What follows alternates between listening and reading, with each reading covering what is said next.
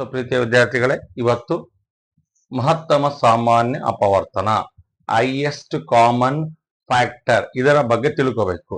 So ನೋಡೋಣ, ಮಹತ್ತಮ ಸಾಮಾನ್ಯ ಅಪವರ್ತನ.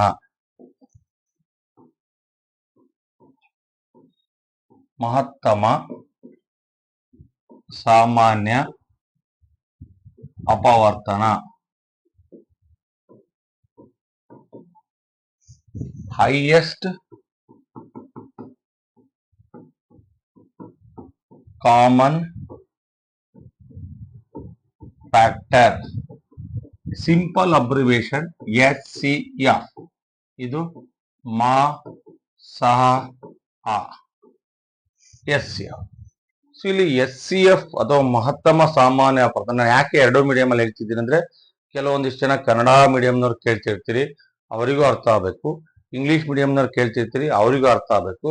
Both meaning ಕಲ್ತ್ರೆ ಯಾವುದೇ ಸಮಸ್ಯೆ ಇಲ್ಲ. ಕನ್ನಡ ಮೀಡಿಯಂನವರು ಇಂಗ್ಲಿಷ್ ಮೀಡಿಯಂ ಅಲ್ಲಿ ಕಲ್ತ್ರೆ ಮುಂದಿನ ದಿನಗಳಲ್ಲಿ ನೀವು PUC ಯನ್ನ ಆಂಗ್ಲ ಮಾಧ್ಯಮದಲ್ಲಿ ಓದ್ಬೇಕಾಗಿರೋದ್ರಿಂದ ನೀವು ಕಲಿಯೋದು ಬಹಳಷ್ಟು ಸೂಕ್ತ. ಇಂಗ್ಲಿಷ್ ಮೀಡಿಯಂನವರು ಕನ್ನಡ ಮೀನಿಂಗ್ ಒಂದಿಷ್ಟು ತಿಳ್ಕೊಂಡು ಇಟ್ಕೊಳ್ಳಿ, ಓಕೆನಾ? ಸೊ ಇಲ್ಲಿ ಹೈಯೆಸ್ಟ್ ಕಾಮನ್ ಫ್ಯಾಕ್ಟರ್ನ ಹೆಂಗ್ ಕಂಡು ಹಿಡಿಯೋದು? ಸೊ ಕನ್ನಡದಲ್ಲಿ ಏನೇನ್ ಮಾಡ್ಬೇಕು, ಕನ್ನಡ ಮಾಧ್ಯಮದಲ್ಲಿ ನಾನು ಬರಿತೀನಿ. ಫಸ್ಟ್ ಏನ್ ಸ್ಟೆಪ್ಸ್ ಅನ್ನ ಫಾಲೋ ಮಾಡ್ಬೇಕು ಕನ್ನಡ ಮಾಧ್ಯಮದಲ್ಲಿ ಮಾಡ್ಬೇಕಾದ್ರೆ? ಕೊಟ್ಟಿರುವ ಸಂಖ್ಯೆಗಳ ಇವು ಸ್ಟೆಪ್ಸ್ ಬರಿಬೇಕಾರೆ, ಸಂಖ್ಯೆಗಳ ಅಂದ್ರೆ ಯಾವುದೇ ನಂಬರ್ಸ್ ಮಾಸಹ ಬರೀರಿ. ಮಹತ್ತಮ ಸಾಮಾನ್ಯ ಅಪವರ್ತನ ಬರಿಬೇಕಂದ್ರೆ ಸೊ ಕನ್ನಡದಲ್ಲಿ ಏನ್ ಸ್ಟೆಪ್ಸ್ ಅಂತ ನಾನು ಹೇಳ್ತಿದ್ದೀನಿ. ಈಗ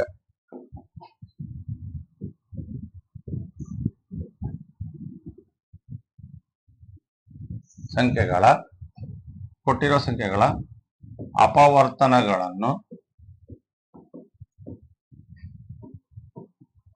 ಬರೆಯಬೇಕು.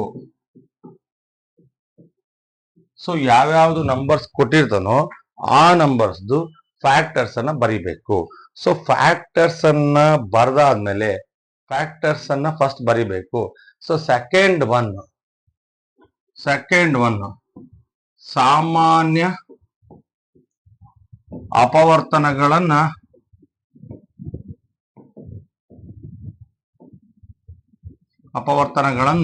ಬರೆಯಬೇಕು. ಇದು ಸೆಕೆಂಡ್ ಸ್ಟೆಪ್. ಅಂದ್ರೆ ಗಿವನ್ ನಂಬರ್ಸ್ ಫ್ಯಾಕ್ಟರ್ಸ್ ಬರೀತೀವಿ, ಆ ಗಿವನ್ ನಂಬರ್ಸ್ ಅಲ್ಲಿ ಕಾಮನ್ ಫ್ಯಾಕ್ಟರ್ಸ್ ಅಂದ್ರೆ ಸಾಮಾನ್ಯ ಅಪವರ್ತನಗಳನ್ನು ಆರಿಸಿ ಬರೀಬೇಕು. ಮೂರನೇದು, ಸಾಮಾನ್ಯ ಅಪವರ್ತನಗಳಲ್ಲಿ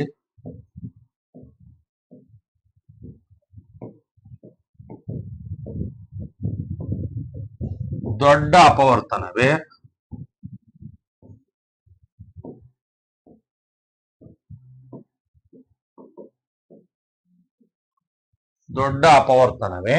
ಮಾಸಹ. ಇದು ಕನ್ನಡ ಮಾಧ್ಯಮದಲ್ಲಿ ನಾನು ಮಹತ್ತಮ ಸಾಮಾನ್ಯ ಅಪವರ್ತನವನ್ನ ಯಾವ ತರ ಬರಿಬೇಕು ಅಂತ ನಾನು ಹೇಳ್ತಿದ್ದೀನಿ. 3 ಸ್ಟೆಪ್ಸ್ ಅನ್ನ ಮಾಡ್ಕೋಬೇಕು. ಒಂದು, ಕೊಟ್ಟಿರೋ ಸಂಖ್ಯೆಗಳನ್ನ ಅಪವರ್ತನಗಳನ್ನ ಬರಿಬೇಕು. ಅಪವರ್ತನಗಳು ಅಂದ್ರೆ ಏನು? ಕೊಟ್ಟಿರೋ ಸಂಖ್ಯೆಯನ್ನ ಯಾವ ಸಂಖ್ಯೆಗಳು ನಿಶೇಷವಾಗಿ ಕಂಪ್ಲೀಟ್ ಆಗಿ ಡಿವೈಡ್ ಮಾಡ್ತಾವೋ ಅವನ್ನ ಆ ಸಂಖ್ಯೆ ಅಪವರ್ತನಗಳನ್ನ ಬರಿತೀರಿ. ಸೊ ಕೊಟ್ಟಿರೋ ಎಲ್ಲಾ ಸಂಖ್ಯೆಗಳ ಅಪವರ್ತನ ಬರೆದಾದ್ಮೇಲೆ ಆ ಕೊಟ್ಟಿರೋ ಸಂಖ್ಯೆ ಅಪವರ್ತನಗಳಲ್ಲಿ ಕಾಮನ್ ಫ್ಯಾಕ್ಟರ್ಸ್ ಬರಿಬೇಕು. ಕಾಮನ್ ಫ್ಯಾಕ್ಟರ್ಸ್ ಅಲ್ಲಿ ಅಂದ್ರೆ ಸಾಮಾನ್ಯ ಅಪವರ್ತನಗಳನ್ನ ಬರೀಬೇಕು. ಸಾಮಾನ್ಯ ಅಪವರ್ತನಗಳನ್ನ ಬರೆದಾದ್ಮೇಲೆ ಅದರಲ್ಲಿ ದೊಡ್ಡ ಅಪವರ್ತನವೇ ಕೊಟ್ಟಿರುವ ಸಂಖ್ಯೆಗಳ ಮಹತ್ತಮ ಸಾಮಾನ್ಯ ಅಪವರ್ತನವಾಗುತ್ತದೆ. ಸೊ ಇದು ನಿಮ್ಗೆ ಅರ್ಥ ಆಗಿದೆ ಅನ್ಕೊಂಡು ನಾನು ಬೋರ್ಡ್ ಸಾಲ್ತಿಲ್ಲ, ನಾನು ಇಂಗ್ಲಿಷ್ ಅಲ್ಲಿ ಬರಿಬೇಕು. ಇಂಗ್ಲಿಷ್ ಮೀಡಿಯಂನವ್ರಿಗೆ ಏನ್ ಮಾಡ್ಬೇಕು ಅಂತ ಫಸ್ಟ್ ಕನ್ನಡ ಮೀಡಿಯಂನವ್ರಿಗೆ ಏನಾರು ಡೌಟ್ ಇದ್ರೆ ಕೇಳ್ರಿ. ನೀವು ಈ ಪಾಯಿಂಟ್ಸ್ ಅನ್ನ ಅರ್ಥ ಮಾಡ್ಕೊಳ್ರಿ. ಸೊ 2 ಕೊಡ್ಲಿ 3 ಕೊಡ್ಲಿ, ಆ ನಂಬರ್ದು ಏನ್ ಬರಿಬೇಕು? ಅಪವರ್ತನಗಳನ್ನ ಬರಿಬೇಕು. ಅಪವರ್ತನಗಳು ಅಂದ್ರೆ ಏನ್ ಪ್ರಶ್ನೆ ಕೇಳಬೇಕು. ಸೊ ಕೊಟ್ಟಿರೋ ಸಂಖ್ಯೆಗಳನ್ನ ಯಾವ ಸಂಖ್ಯೆಗಳು ಕಂಪ್ಲೀಟ್ ಆಗಿ ಭಾಗಿಸ್ತವೆ ಅಂದ್ರೆ ಶೇಷ 0 ಉಳಿಯಂಗ್ ಭಾಗಿಸ್ತವೋ ಅವನ್ನ ಆ ಸಂಖ್ಯೆಯ ಅಪವರ್ತನಗಳೆಂದು ಕರಿತೀವಿ. ಒಂದು, ಆ ಎಲ್ಲ ನಂಬರ್ಸ್ದು ಎಲ್ಲ ಸಂಖ್ಯೆಗಳ ಅಪವರ್ತನಗಳನ್ನ ಬರೆದಾದ್ಮೇಲೆ ಆ ಕೊಟ್ಟಿರೋ ಸಂಖ್ಯೆಗಳ ಅಪವರ್ತನಗಳಲ್ಲಿ ಸಾಮಾನ್ಯ ಅಪವರ್ತನಗಳನ್ನ ಆರಿಸಿ ಬರಿಬೇಕು.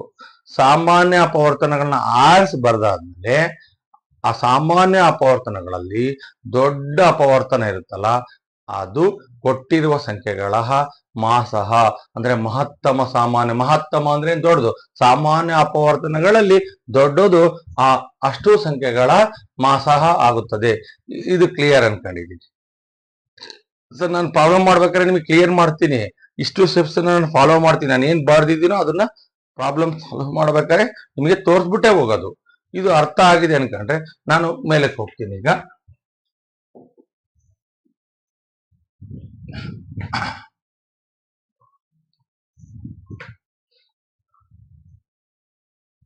ಇಲ್ಲಿರ್ಲಿ. ಈಗ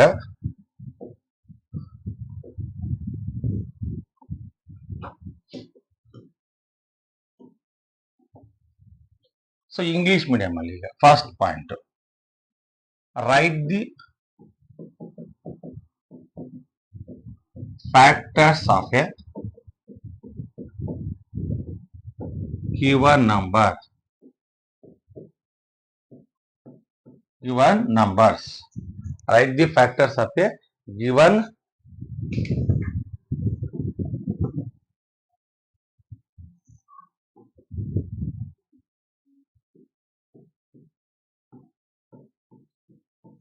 numbers. Second one, write the common factors.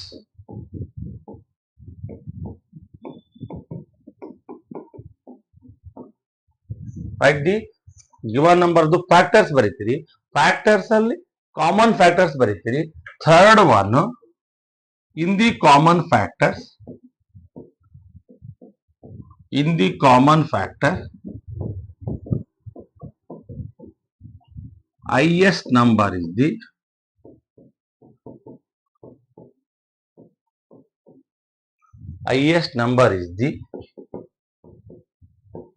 HCF of given numbers. ಇದು in English medium. First English medium ನಲ್ಲಿ ಹೇಳ್ತಿದ್ದೀನಿ, right the factors of a given number. So what is the factors means the given number ನ complete ಆಗಿ which numbers divide the given number completely, then you call that number as a factor of that given number. So ಇನ್ನ ಒಂದ್ಸಲ ಹೇಳ್ಬೇಕಂದ್ರೆ the given number is divided by completely by other numbers. The given which numbers divides the given number completely. Completely means the remainder is zero. ಅಂತವಕ್ಕೆ ನಾವು given number factors ಅಂತ ಕರಿತೀವಿ. ಆ given number factors ಬರ್ದಾದ್ಮೇಲೆ write the common factors. In the given number you can choose the common factors. In the common factor ಅಲ್ಲಿ highest number ಯಾವ್ದು ಇರುತ್ತಲ್ಲ that is the HCF of a given number. HCF of given number. I think it is clear. ನಿಮಗೆ ಏನಾದ್ರು doubt ಇದ್ರೆ ಕೇಳಿ. Kannada English medium ನಲ್ಲಿ ಹೇಳ್ತೀನಿ, ಏನ್ ಮಾಡ್ಬೇಕಪ್ಪ ಅಂತ ಕೇಳಿ. ಸರ್ ಹೈಯೆಸ್ಟ್ ಕಾಮನ್ ಫ್ಯಾಕ್ಟರ್ ಬರಿಬೇಕು. ಸೊ ಹೈಯೆಸ್ಟ್ ಕಾಮನ್ ಫ್ಯಾಕ್ಟರ್ ಹೆಂಗ್ ಬರಿಬೇಕು ಸರ್ ನಾವು? So first given numbers factors ಬರಿಬೇಕು. ಸೊ ಫ್ಯಾಕ್ಟರ್ಸ್ ಹೆಂಗ್ ಬರೆಯೋದು ಅಂತ ಇಂದಿನ ಕ್ಲಾಸ್ ಅಲ್ಲಿ ಹೇಳ್ಕೊಟ್ಟಿದ್ದೀನಿ. ಫ್ಯಾಕ್ಟರ್ಸ್ ಬರ್ದಾದ್ಮೇಲೆ ಗಿವನ್ ನಂಬರ್ಸ್ ಎಲ್ಲ ನಂಬರ್ಸ್ ಗಿವನ್ ಯಾವ ನಂಬರ್ಸ್ ಕೊಟ್ಟಿರ್ತಾನೋ ಅದ್ರ ಫ್ಯಾಕ್ಟರ್ಸ್ ಬರ್ದಾದ್ಮೇಲೆ write down the common factors. ಅಲ್ಲಿ ಕಾಮನ್ ಫ್ಯಾಕ್ಟರ್ಸ್ ಆಯ್ಕೆ ಮಾಡ್ಕೋಬೇಕು. ಕಾಮನ್ ಫ್ಯಾಕ್ಟರ್ ಅಲ್ಲಿ ಹೈಯೆಸ್ಟ್ ನಂಬರ್ ಇರುತ್ತಲ್ಲ, highest number is the HCF of given numbers. ಇದು ಕ್ಲಿಯರ್ ಆಗಿದೆ ಅನ್ಕೊಂಡಿದ್ದೀನಿ. ಕನ್ನಡ ಮೀಡಿಯಂ ಇನ್ನು ಇಂಗ್ಲಿಷ್ ಮೀಡಿಯಂ ಅಲ್ಲಿ ಹೇಳ್ತಿದ್ದೀನಿ, ಕನ್ನಡ ಮೀಡಿಯಂ ಮಾಧ್ಯಮದವರಿಗೆ ಮತ್ತೊಂದ್ಸಲ ಹೇಳ್ತಿದ್ದೀನಿ. ಸೊ ಯಾವುದೇ ಸಂಖ್ಯೆಗಳ ಮಾಸಹ ಮಹತ್ತಮ ಸಾಮಾನ್ಯ ಅಪವರ್ತನವನ್ನ ಕಂಡುಹಿಡಿದೆ ಅಂದ್ರೆ ಕೊಟ್ಟಿರೋ ಸಂಖ್ಯೆಗಳಿಗೆ ಫಸ್ಟ್ ಅಪವರ್ತನಗಳನ್ನ ಬರಿಬೇಕು. ಅಪವರ್ತನ ಹೆಂಗ್ ಬರಿಬೇಕು ಅಂತ ನಾನು ಹೇಳಿದ್ದೀನಿ, ಮತ್ತೆ ಅದನ್ನ ರಿಪೀಟ್ ಮಾಡಕ್ ಹೋಗಲ್ಲ. ಅಲ್ಲಿ ಡೆಫಿನೇಷನ್ ಹೇಳ್ಬೇಕಾದ್ರೆ ಬಹಳ ಕ್ಲಿಯರ್ ಆಗಿ ಹೇಳಿದ್ದೀನಿ. ಅಪವರ್ತನಗಳನ್ನ ಬರೆದಾದ್ಮೇಲೆ ಆ ಅಪವರ್ತನಗಳಲ್ಲಿ ಎಲ್ಲ ನಂಬರ್ ಅಲ್ಲಿ ಎಲ್ಲ ಸಂಖ್ಯೆ ಅಪವರ್ತನಗಳಲ್ಲಿ ಸಾಮಾನ್ಯ ಅಪವರ್ತನಗಳನ್ನ ಆರಿಸಿ ಬರಿಬೇಕು. ಸಾಮಾನ್ಯ ಅಪವರ್ತನಗಳಲ್ಲಿ ದೊಡ್ಡ ಅಪವರ್ತನ ಇದೆಯಲ್ಲ ಅದು ಕೊಟ್ಟಿರುವ ಸಂಖ್ಯೆಗಳ ಮಾಸಹ ಆಗುತ್ತೆ. ಅದು ಮಾಸಾದ ಬಗ್ಗೆ ಅಂದ್ರೆ ಮಹತ್ತಮ ಸಾಮಾನ್ಯ ಅಪವರ್ತನ ಕನ್ನಡದಲ್ಲಿ. ಇಂಗ್ಲಿಷಿಗೆ ಬಂದ್ರೆ ಈಗ highest common factor HCF. Highest common factor ನೋಡ್ರಿ ಎಷ್ಟು ಈಸಿ ಇದೆ. ಗಿವನ್ ನಂಬರ್ಸ್ಗೆ ಫ್ಯಾಕ್ಟರ್ಸ್ ಬರಿಬೇಕು ಒಂದೇದು. ಸೆಕೆಂಡ್ ಕಾಮನ್ ಫ್ಯಾಕ್ಟರ್ ಬರಿಬೇಕು. ಕಾಮನ್ ಫ್ಯಾಕ್ಟರ್ ಅಲ್ಲಿ ಹೈಯೆಸ್ಟ್ ಇರೋದನ್ನ HCF ಅಂತ ಕರಿತೀವಿ. ಎಷ್ಟು ಈಸಿ ಇದೆ ನೋಡ್ರಿ. ಸೊ ನಿಮಗೆ ಈ ಕಾನ್ಸೆಪ್ಟ್ ಕ್ಲಿಯರ್ ನೋಡ್ರಿ, ಎಷ್ಟು ಬಹಳಷ್ಟು ಈಸಿ ಇದೆ ನೋಡ್ರಿ. ಕಾಮನ್ ಫ್ಯಾಕ್ಟರ್ ಅಂದ್ರೆ ಕಾಮನ್ ಫ್ಯಾಕ್ಟರ್ ಬರಿಬೇಕು ಅಂದ್ರೆ ಗಿವನ್ ನಂಬರ್ಸ್ ಫಸ್ಟ್ ಏನ್ ಮಾಡಬೇಕು, ಫ್ಯಾಕ್ಟರ್ಸ್ ಬರೀತೀರಿ. ಫ್ಯಾಕ್ಟರ್ಸ್ ಬರ್ದಾದ್ಮೇಲೆ ಕಾಮನ್ ಫ್ಯಾಕ್ಟರ್ಸ್ ಬರೀತೀರಿ. ಕಾಮನ್ ಫ್ಯಾಕ್ಟರ್ಸ್ ಬರ್ದಾದ್ಮೇಲೆ ಅದರಲ್ಲಿ ಹೈಯೆಸ್ಟ್ ನೋಡ್ತೀರಿ. ಆ ಹೈಯೆಸ್ಟ್ ಅನ್ನ ಗಿವನ್ ನಂಬರ್ದು HCF ಅಂತ ಬರೀರಿ. ಅಲ್ಲಿಗೆ ನಿಮ್ ಪ್ರಾಬ್ಲಮ್ ಸಾಲ್ವ್ ಆಯ್ತಾ? ಓಕೆ, ಈಗ ಪ್ರಾಬ್ಲಮ್ಸ್ ನೋಡೋಣ. ಏನಾದ್ರು ಡೌಟ್ಸ್ ಇದ್ರೆ ಕೇಳ್ರಿ. ನಾನು ಪ್ರಾಬ್ಲಮ್ಸ್ ಹೋಗೋದಕ್ಕಿಂತ ಮೊದಲು ಈ ಡೆಫಿನೇಷನ್ ಬಗ್ಗೆ ಯಾರಿಗಾರು ಡೌಟ್ಸ್ ಇದ್ರೆ ಬಗೆಹರಿಸ್ಕೋಬಹುದು. ಡೌಟ್ಸ್ ನಾನು ಹೇಳೋದು ಕೇಳ್ರಿ. ಯಾರಿಗೆ ಡೌಟ್ಸ್ ಬಂತ ನನ್ನ ಮೊಬೈಲ್ ನಂಬರಿಗೆ ಕಾಲ್ ಮಾಡಿ. ಯಾವ್ದು ನನ್ನ ಮೊಬೈಲ್ ನಂಬರು 9060975075. ಅನ್ನ ನಿಮಗೆ ನನ್ನ ಯೂಟ್ಯೂಬ್ ಚಾನಲ್ ಸಬ್ಸ್ಕ್ರೈಬ್ ಮಾಡಿಲ್ಲ ಅಂದ್ರೆ ಈ ತಕ್ಷಣಕ್ಕೆ ಸಬ್ಸ್ಕ್ರೈಬ್ ಮಾಡ್ರಿ. ಸಬ್ಸ್ಕ್ರೈಬ್ ಮಾಡೋದ್ರಿಂದ ಏನ್ ಲಾಭ ಇದೆ ಅಂದ್ರೆ ಇವತ್ತು ನಾನು ಹೊಸ ವಿಡಿಯೋ ಮಾಡ್ತಿದ್ದೀನಿ ಹೈಯೆಸ್ಟ್ ಕಾಮನ್ ಫ್ಯಾಕ್ಟರ್ಗೆ. ಸೊ ನೀವು ಸಬ್ಸ್ಕ್ರೈಬ್ ಮಾಡಿದ ತಕ್ಷಣ ನಿಮ್ಗೆ ನೋಟಿಫಿಕೇಶನ್ ಬರುತ್ತೆ, ಪ್ರಭಾಕರ್ ಸರ್ ಇವತ್ತು ಹೊಸ ವಿಡಿಯೋನ ಮಾಡಿದ್ದಾರೆ, ನನಗೆ ಬಂದಿದೆ, ನಾನು ನೋಡ್ಬೇಕು ಅನ್ನೋ ಕಾನ್ಸೆಪ್ಟ್ ನಿಮಗೆ ಕ್ಲಿಯರ್ ಆಗುತ್ತೆ. ಅದರ್ವೈಸ್ ಮತ್ತೆ ನೀವು ಪ್ರತಿ ಸಲ ಚಾನಲ್ಗೆ ಹೋಗ್ಬಿಟ್ಟು ನೋಡ್ಬೇಕಾಗತ್ತೆ. ಈಗ ನಾನೇನ್ ಮಾಡಿದೀನಿ ಅಂತ ಇನ್ನೊಂದು ಮಾತು ಹೇಳಿಲ್ಲ ನಿಮಗೆ. ಪ್ಲೇ ಲಿಸ್ಟ್ ಅಂತ ಮಾಡಿದ್ದೀನಿ.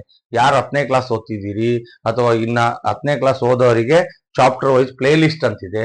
ಆ ಪ್ಲೇ ಆಲ್ ಅಂತ ತಗೊಂಡ್ರೆ ಅಲ್ಲಿ ಎಲ್ಲ ಕಾನ್ಸೆಪ್ಟ್. ಈಗ ನೀವು ಯಾರು ಬೇಸಿಕ್ಸ್ ಆಫ್ ಮ್ಯಾಥಮೆಟಿಕ್ಸ್ ನೋಡ್ಬೇಕು ಅಂದ್ರೆ ಆ ಪ್ಲೇ ಲಿಸ್ಟ್ ಅಲ್ಲಿ, ಯಾಕಂದ್ರೆ ಅದರಲ್ಲಿ ಒಂದು 200 ಮೇಲೆ ವಿಡಿಯೋಸ್ ಇದೆ, 228 ವಿಡಿಯೋಸ್ ಇದೆ. ಆ ವಿಡಿಯೋಸ್ ಅಲ್ಲಿ ಹುಡುಕೋದ್ ಕಷ್ಟ ಆಗುತ್ತೆ. ಪ್ಲೇ ಲಿಸ್ಟ್ ಅಲ್ಲಿ ಬೇಸಿಕ್ಸ್ ಆಫ್ ಮ್ಯಾಥಮೆಟಿಕ್ಸ್ ಅಂತ ಸೆಲೆಕ್ಟ್ ಮಾಡಿದ್ರೆ part 1, part 2, part 3, part 4, part 5, part 6 ಈ ತರ ನಾನು ಮಾಡಿ ಹಾಕ್ದಂಗೆ ನಿಮಗೆ ಪಾರ್ಟ್ ಸಿಗ್ತಾ ಹೋಗ್ತದೆ. ನೀವು ಸೆಲೆಕ್ಟ್ ಮಾಡ್ಬೇಕಾದ್ರೆ ಅದನ್ನು ಪ್ಲೇ ಲಿಸ್ಟ್ ಅಲ್ಲಿ ಬೇಸಿಕ್ಸ್ ಆಫ್ ಮ್ಯಾಥಮೆಟಿಕ್ಸ್ ಅಂತ ಸೆಲೆಕ್ಟ್ ಮಾಡಿದ್ರೆ ಬೇಸಿಕ್ಸ್ ಆಫ್ ಮ್ಯಾಥಮೆಟಿಕ್ಸ್ ಸೆಲೆಕ್ಟ್ ಮಾಡ್ಕೊಂಡು ನೀವು ಅದರಲ್ಲಿ ನೀವು ಯಾವ ಪಾರ್ಟ್ ಅನ್ನ ನೋಡ್ಬೇಕು ಆ ಪಾರ್ಟ್ ಅನ್ನ ಸೆಲೆಕ್ಟ್ ಮಾಡ್ಕೋಬಹುದು. ಇದು ಕ್ಲಿಯರ್ ಅನ್ಕೊಂಡಿದ್ದೀನಿ. ಇಲ್ಲಿ ತನಕ ನಾನು ಪ್ಲೇ ಲಿಸ್ಟ್ ಮಾಡಿರ್ಲಿಲ್ಲ, ಸೊ ಅದನ್ನ ಅಪ್ಡೇಟ್ ಮಾಡಿದ್ದೀನಿ. ಯಾಕಂದ್ರೆ ನಿಮಗೆ ಸರ್ಚಿಂಗಿಗೆ ಪ್ರಾಬ್ಲಮ್ ಆಗಬಾರ್ದು ಅಂತ, ಅದಕ್ಕೋಸ್ಕರ ಪ್ಲೇ ಲಿಸ್ಟ್ ಅನ್ನ ನಾನು ಮಾಡಾಕಿದ್ದೀನಿ. ಪ್ಲೇ ಲಿಸ್ಟ್ ಅಲ್ಲಿ ಹೋಗ್ಬಿಟ್ಟು ನೀವು ಸೆಲೆಕ್ಟ್ ಮಾಡ್ಬೇಕಾಗಿರೋದು ಯಾವ್ದೀಗ ಬೇಸಿಕ್ಸ್ ಆಫ್ ಮ್ಯಾಥಮೆಟಿಕ್ಸ್. 10ನೇ ಕ್ಲಾಸ್ ಅಲ್ಲಿ ಇರೋರು ಯಾವ ಚಾಪ್ಟರ್ ಬೇಕೋ ಆ ಪ್ಲೇ ಲಿಸ್ಟ್ ಅಲ್ಲಿ ಸೆಲೆಕ್ಟ್ ಮಾಡ್ಕೊಂಡು ಎಲ್ಲ ಅಭ್ಯಾಸದ ಎಲ್ಲಾ ಪ್ರಶ್ನೆಗಳು ಮಾಡಿದಿರಿ ನೋಡ್ಬೋದು. Okay, clear. ಸೊ ಈಗ ಪ್ರಾಬ್ಲಮ್ಸ್ ಬರೋಣ. ಈಗ ಸೊ ನಾನು ಜಸ್ಟ್ ಸಿಂಪಲ್ ತಗೊಳ್ತೀನಿ. 2 and 4 2 ಮತ್ತು 4 ಈ ಎರಡು ನಂಬರ್ಸಿಗೆ ಅಂದ್ರೆ ಕನ್ನಡದಲ್ಲೂ ಬರ್ತೀನಿ, ಇಂಗ್ಲಿಷಲ್ಲೂ ಬರ್ತೀನಿ. ಏನ್ ಬರಿಬೇಕು? HCF ಬರಿಬೇಕು. ಫ್ಯಾಕ್ಟರ್ಸ್ ಆಫ್, ನಾನು ಇದೊಂದು ಪ್ರಾಬ್ಲಮ್ಗೆ ಈ ತರ ಮಾಡ್ತೀನಿ, ನೀವು ಪ್ರತಿ ಸಲ ಈ ತರ ಬರ್ಕೋಬೇಕು. Factors of 2 2ರ ಅಪವರ್ತನಗಳು. ನಾನು ಮುಂದಿನಿಂದ ಡೈರೆಕ್ಟ್ ಮಾಡ್ತಾ ಹೋಗ್ತೀನಿ, ಅದನ್ನ ಈಕ್ವಲ್ಸ್ ಹಾಕ್ಬಿಟ್ಟು. ಸೊ 2ಅನ್ನ ಯಾವ ಯಾವ ಸಂಖ್ಯೆಗಳು ಭಾಗಿಸ್ತವೆ? ನಾನು ಹೇಳಿದ್ದೀನಿ 1 is the factor of every number. 1ರಿಂದ ಎಲ್ಲಾ ಸಂಖ್ಯೆಗಳು ಭಾಗಿಸಲ್ಪಡುತ್ತವೆ. ಅದು ತಲೆ ಒಳಗೆ ಇಟ್ಕೊಳ್ರಿ. ಯಾವುದೇ ನಂಬರ್ ಫ್ಯಾಕ್ಟರ್ಸ್ ಬರಿಬೇಕಾದ್ರೆ 1 ಬರಿಬೇಕು. ನೆಕ್ಸ್ಟ್ 2 ಯಾವ್ದಿಂದ ಡಿವೈಡ್ ಆಗುತ್ತೆ? 2 ಇಂದ. ನೆಕ್ಸ್ಟ್ ಫ್ಯಾಕ್ಟರ್ಸ್ ಆಫ್ 4 ನೀವು ಪ್ರತಿ ಸಲ ಬರಿಬೇಕು. ನೀವು ಒಂದೇ ಪ್ರಾಬ್ಲಮ್ ಎಕ್ಸಾಮ್ ಮಾಡೋದು. ನಾನು ಎಲ್ಲ ಪ್ರಾಬ್ಲಮ್ಸ್ಗೆ ಫ್ಯಾಕ್ಟರ್ಸ್ ಅಪವರ್ತನಗಳನ್ನ ಬರ್ಕಣಲ್ಲ. 4ರ ಅಪವರ್ತನಗಳು.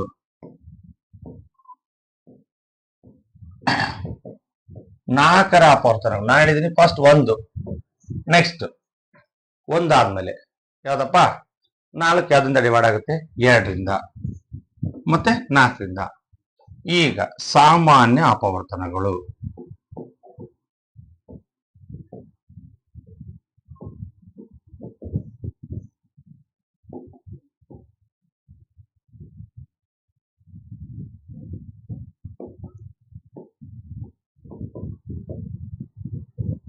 Common factors.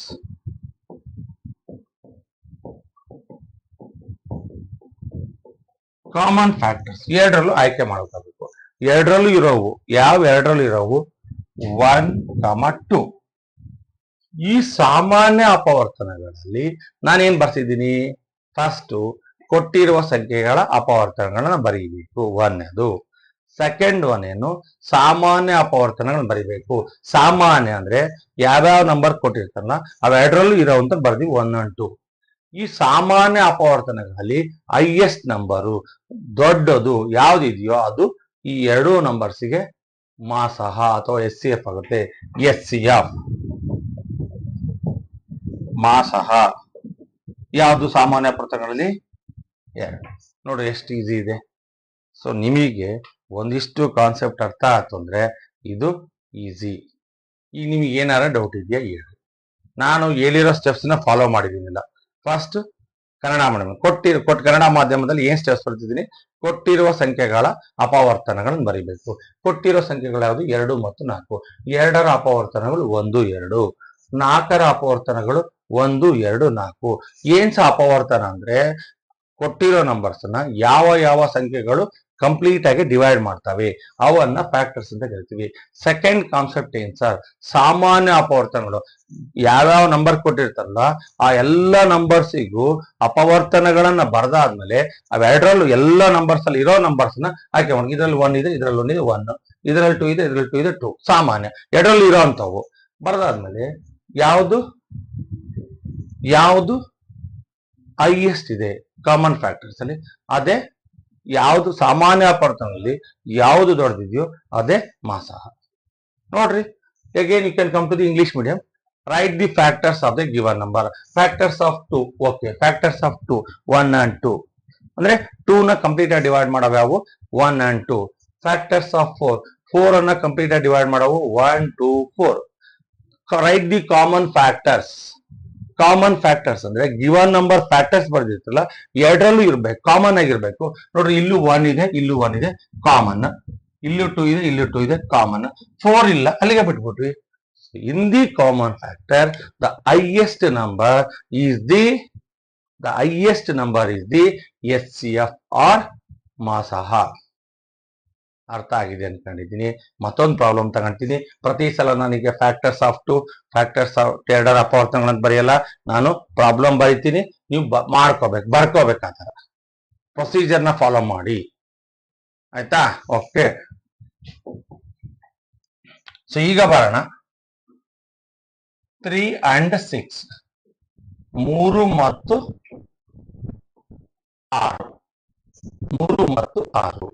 ಸೊ ಈಗ ನಾನೇನ್ ಮಾಡ್ತೀನಿ, 3 is equal to 1, 3 ಅಂತ ಬರೀತೀನಿ. 1, 3.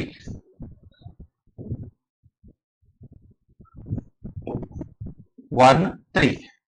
6, 6. 1, 2, 3, 6. ನೋಡ್ರಿ, 3ಅನ್ನ ಕಂಪ್ಲೀಟ್ ಆಗಿ ಡಿವೈಡ್ ಮಾಡಬಹುದು 1 ಮತ್ತು 3. ಅಂದ್ರೆ 3 is completely divisible by 1 and 3. ಫ್ಯಾಕ್ಟರ್ಸ್ ಬಹಳಷ್ಟು ಚಂದ ಹೇಳ್ಕೊಟ್ಟಿದ್ದೀನಿ ಅಂತ ನನಗಿದೆ, ಬಟ್ ನಿಮಗೇನಿದೆ ಗೊತ್ತಿಲ್ಲ. ನೆಕ್ಸ್ಟ್ 6ಅನ್ನ ಡಿವೈಡ್ ಮಾಡವು 1, 2, 3, 6. ಈಗ 3 ಮತ್ತು 6ರಲ್ಲಿ ಸಾಮಾನ್ಯ ಅಪವರ್ತನಗಳು. ಇನ್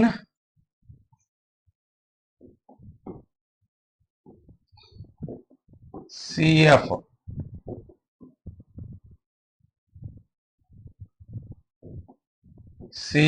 of 3 and 6.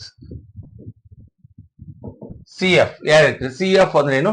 Common factors of 3 and 6. 3 ಮತ್ತು 6ರಲ್ಲಿ ಸಾಮಾನ್ಯ ಅಪವರ್ತನ ಯಾರು ಹೇಳ್ತೀರಿ? ಎರಡರಲ್ಲಿ ಇರೋದು 1, ನೆಕ್ಸ್ಟ್ 3, ಇನ್ಯಾವುದು ಇಲ್ಲ. ಸೊ SCF ಮಾಸಹ ಯಾರು ಹೇಳ್ತೀರಿ? ಮಾಸಹ SCF ಅಂದ್ರೆ ಕಾಮನ್ ಫ್ಯಾಕ್ಟರ್ಸ್ ಆಫ್ 3 and 6 ಅಲ್ಲಿ ಹೈಯೆಸ್ಟ್ ನಂಬರ್ ಯಾವುದು? 3. 3 ಮತ್ತು 6ರಲ್ಲಿ ಸಾಮಾನ್ಯ ಅಪವರ್ತನ ಯಾವುದು? 3. ಅರ್ಥ ಆಯ್ತಾ? ಇನ್ನೊಂದಕ್ಕೆ ಹೋಗೋಣ. ವೆರಿ ಈಸಿ ಇದೆ, ನೀವು ಫ್ಯಾಕ್ಟರ್ಸ್ ಅನ್ನ ಬರೆಯೋದು ಕಲ್ತ್ಕೋಬೇಕು. ಆಯ್ತಲ್ಲ, ಫ್ಯಾಕ್ಟರ್ಸ್ ಬರೀಬೇಕು ಅಂದ್ರೆ ಏನ್ ಬರೀಬೇಕು? ಅಪವರ್ತನಗಳು ಅಂದ್ರೆ ತಲೆ ಒಳಗಿಲ್ಲ ಅಂದ್ರೆ ನಾನೇನು ಮಾಡಕ್ಕಾಗಲ್ಲ. ನಾನು ಹೇಳ್ಕೊಟ್ಟಿದ್ದೀನಿ ನಿಮಗೆ, ನೀವು ಡೈರೆಕ್ಟ್ ಆಗಿ ಮಾಸಹ ಕ್ಲಾಸಿಗೆ ಜಾಯಿನ್ ಆದ್ರೆ ಅರ್ಥ ಆಗಲ್ಲ. ಹಿಂದಿನ ಎಲ್ಲಾ ತರಗತಿಗಳನ್ನು ನೋಡ್ಬೇಕು. ಹಿಂದಿನ ಎಲ್ಲಾ ತರಗತಿಗಳು ನೋಡ್ತಾ ಬಂದಾಗ ಈ ತರಗತಿಗೆ ಬಂದಾಗ ನಿಮಗೆ ಮಾಸಹ ಅಥವಾ ಹೈಯೆಸ್ಟ್ ಕಾಮನ್ ಫ್ಯಾಕ್ಟರ್ ಬಹಳಷ್ಟು ಚಂದ ಅರ್ಥ ಆಗ್ತದೆ. ಇಂದಿನ 8 ತರಗತಿಗಳನ್ನು ನೋಡ್ದಂಗೆ ಡೈರೆಕ್ಟ್ ಆಗಿ 9ನೇ ತರಗತಿ ನೀವು ಬಂದ್ರೆ ನಾನೇನ್ ಮಾಡಕ್ಕಾಗುತ್ತೆ ಹೇಳಿ. ನನಗೆ ನಿನಗೆ ಯಾವ್ದು ಅಪ್ಡೇಟೆಡ್ ಅಂದ್ರೆ ಅರ್ಥ ಆಗುತ್ತೆ. ನಿನಗೆ ಫ್ಯಾಕ್ಟರ್ಸ್ ಬಗ್ಗೆ ಐಡಿಯಾ ಇಲ್ಲ ಅಂದ್ರೆ how you right yes yeah ಹೆಂಗೆ ಮಾಸವನ್ನ ಬರೆಯಕ್ ಸಾಧ್ಯತೆ ಇದೆ. ಅದಕ್ಕೆ ಹಿಂದಿನ ಎಲ್ಲ ತರಗತಿಗಳನ್ನು ನೋಡಿ ನಾ ಹೇಳ್ತೀನಿ, ಒಂದು ತರಗತಿಯನ್ನ ಮಿಸ್ ಮಾಡಿದ್ರು ಲಾಸ್ ಆಗೋದು ನಿಮಗೆ. ಆಮೇಲೆ ನಾನು ಹೇಳ್ತಿದ್ದೀನಿ, ಪ್ರತಿಯೊಂದನ್ನ ನೋಡೋದಷ್ಟೇ ಅಲ್ಲ, ನೋಟ್ಸ್ ಅನ್ನ ಮಾಡ್ಕೋಬೇಕು. ನೋಟ್ಸ್ ಮಾಡ್ಕೊಂಡಿದ್ರೆ ನಾನು ಜವಾಬ್ದಾರಿ ಇಲ್ಲ. ನೀವು ಪಾಠ ಎಷ್ಟು ಚೆನ್ನಾಗಿ ಕೇಳ್ತಿರೋ ಅಷ್ಟು ಚೆನ್ನಾಗಿ ನಿಮ್ದೇ ಆದ ಓನ್ ನೋಟ್ಸ್ ಅನ್ನ ಮಾಡ್ಕೋಬೇಕು. ಒಂದು 100 ಪೇಜ್ ಅಥವಾ 200 ಪೇಜ್ ಎಕ್ಸರ್ಸೈಸ್ ಇಂದ ನಿಮ್ ಪೇರೆಂಟ್ಸ್ ಹತ್ರ ಕೇಳ್ರಿ, ಕೊಡಿಸ್ತಾರೆ. ಅದ್ರಲ್ಲಿ ಬರ್ಕೊಂಡು ಇಟ್ಕೊಳ್ರಿ. ಯಾವಾಗ ನಿಮಗೆ ಏನಾದ್ರು ಕಾನ್ಸೆಪ್ಟ್ ಡೌಟ್ ಬಂತ ತೆಗ್ದು ನೋಡ್ರಿ. ಮಾಸಹ ಅಂತ ಕಾನ್ಸೆಪ್ಟ್ ಬರೀರಿ, ಹೆಡ್ಡಿಂಗ್ ಗುಣಾಕಾರ ಅಂತ ಬರೀರಿ. ನೀವು ಚಾಪ್ಟರ್ ನೋಡಿದಾಗ ಹೆಡ್ಡಿಂಗ್ ಬರ್ಕೊಂಡ್ಬಿಟ್ಟೆ ನಾನು ಎಲ್ಲದನ್ನು ಕಾನ್ಸೆಪ್ಟ್ ಅನ್ನ ಟಾಪಿಕ್ ವೈಸೇ ಮಾಡಿದ್ದೀನಿ. ಓಕೆ, ನೆಕ್ಸ್ಟ್ ಪ್ರಾಬ್ಲಮ್ ಬರೋಣ. ಈಗ 4